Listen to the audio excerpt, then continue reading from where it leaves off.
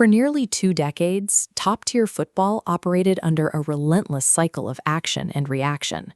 Two radically different men occupied the absolute peak of the sport, pushing each other higher with every passing season. Lionel Messi approached the game with a quiet, reserved demeanor. His brilliance lay in an uncanny combination of elite playmaking and technical dribbling that often looked entirely effortless. Cristiano Ronaldo operated on the opposite end of the spectrum.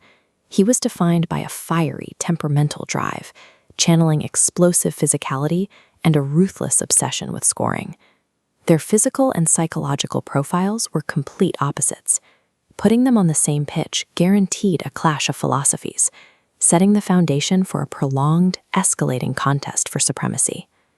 Their paths to that stage began in vastly different circumstances. In August 2003, Manchester United spent £12 million to acquire an 18-year-old Ronaldo from Sporting, making him the most expensive teenage player in English football history at the time. Messi's early ascent required overcoming a severe physical hurdle. Diagnosed at 11 with a growth hormone deficiency, his body was not developing at a normal rate. The necessary medical treatments were expensive, far out of reach for his working-class parents.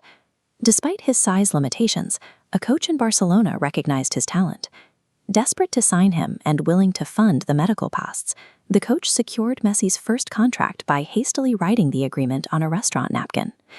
One entered the global stage as a high-priced teenage prodigy, the other as a medical gamble scribbled on a scrap of paper. Yet both trajectories were aimed precisely at the summit of European football. As Ronaldo evolved and transferred between elite leagues, he inevitably arrived in Spain, positioning himself in direct opposition to Messi's established Barcelona squad. For years, they monopolized Europe's premier club competitions. Every matchup carried immense weight, splitting global fan bases into two entrenched camps. This chart tracks their combined goal output over time. To grasp the scale of their dominance, you have to look at this raw data, which eventually surges past 1,700 total professional goals between the two of them. That individual production translated directly into hardware. Over the course of their careers, they secured over 80 collective team titles. This sheer volume of success fueled endless journalistic debates. Pundits parsed every pass and shot to determine who deserved the sport's highest individual accolades year after year. By sustaining this level of output for a decade and a half, they established an entirely different statistical baseline by which all future athletes will be evaluated. From the outside, the media and fans frequently framed this dynamic as a toxic rivalry, assuming a deep, personal animosity between the two stars. But behind the headlines, the reality of sharing the global spotlight was completely different. Ronaldo eventually clarified their dynamic, stating, "We shared the stage for 15 years and ended up being not friends, but professional colleagues, and we respect each other." That mutual respect was the crucial mechanism behind their longevity. By acknowledging the other's brilliance, each man served as an inescapable measuring stick, making it impossible for either to settle into complacency.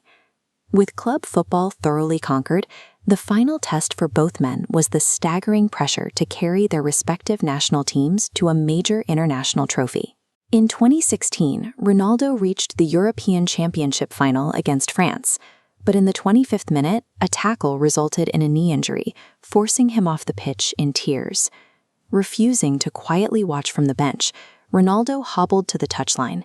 He spent the remainder of the match frantically acting as an impromptu coach, pushing a determined Portugal squad all the way to victory. Messi carried an identical burden for Argentina. Off the pitch, he used the massive platform generated by this international pressure to campaign for children's healthcare rights, driven by the memory of his own childhood medical struggles. Securing their place at the absolute pinnacle required them to transcend individual brilliance. To reach that final standard, they had to prove they could absorb the weight of an entire nation and successfully elevate the performance of the players around them. Years later, Messi formulated his ultimate response. In a grueling 2022 campaign, he captained Argentina through a gauntlet of opponents to win the World Cup. For numerous commentators, players, and journalists, capturing that specific piece of gold settled the decades-long debate over who was the superior player. Despite that final climax, the arguments persist.